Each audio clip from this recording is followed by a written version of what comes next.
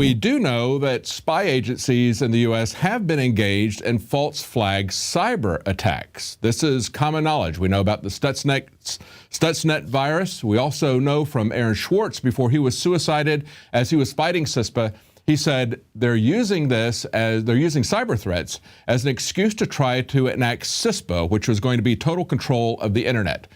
And he said most of the cyber threats have been funded as well as originated from the U.S. NSA.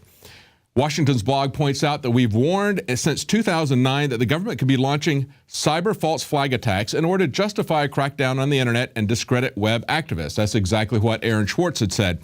In another document taken from the NSA by Snowden and obtained by NBC News, an official said the unit's mission included computer network attacks. And he mentioned that among the methods listed in the document were jamming phones, computers, and email accounts, and this is the key point, masquerading as an enemy in a false flag operation. Yes, they still do that. They didn't stop doing that in 1962 when they planned Operation Northwoods. That was when they were going to fly remote control passenger airliners into buildings and blame it on terrorists so that they could attack Cuba, not Iraq, not Afghanistan. The tactics remain the same. They're still engaged in false flag attacks. Now, look at this story from Politico that was on the Drudge Report today. They're pointing out that technology's biggest players are now hiring their first NSA lobbyists. This is Apple, Google, Facebook, and 5 other technology giants have banded together in their calls for surveillance reform, and they've now officially registered a Washington lobbyist on Thursday. That would be today. Now, of course, they're trying to pull back and save face because people all over the world, not just in America, but especially in Europe, are concerned that corporate information is being turned over to the NSA and to American corporations. They're concerned that the NSA is engaged not just in political spying, but in corporate spying. And of course, nobody wants all of their information read by the NSA, especially in other countries. So they're trying to save face. They're creating this lobbying group. But does it really matter? If Congress passes these laws, is the NSA going to pay any attention to it?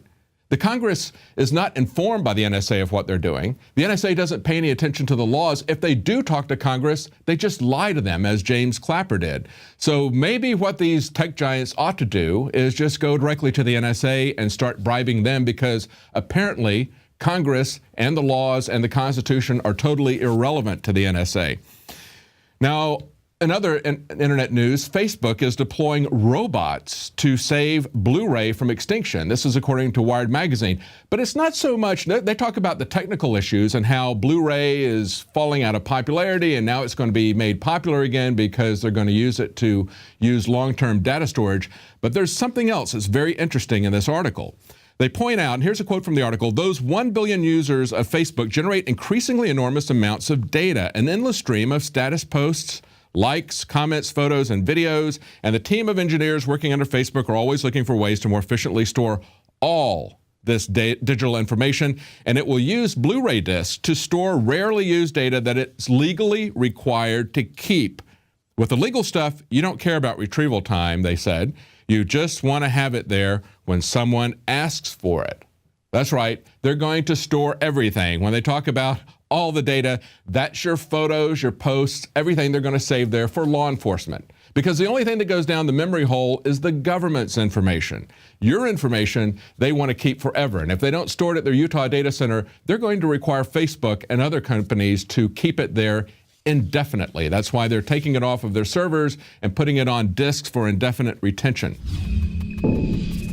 My friends, Alex Jones here to tell you about some of the most important information concerning you and your family's health. Radiation levels have more than doubled in the last 60 years in the Northern Hemisphere from all of the nuclear testing and radiological accidents. Radioactive contamination is now in most of the food supply. There's only 2 ways to avoid this. Move south of the equator or properly protect your thyroid with Nascent Iodine. Looking to protect my family, I've done deep research. Nascent Iodine is the purest, cleanest, absolute best form of of iodine to protect yourself and your family. It's made right here in the USA, completely non-GMO. I searched out the best quality and now have developed a double-strength form of nascent iodine, exclusively available at InfoWarsLife.com. Nascent iodine is on record as one of the only safe ways to detox from fluoride poisoning. Survival Shield Nascent Iodine. Secure your super high-quality nascent iodine today at InfoWarsLife.com. That's InfoWarsLife.com.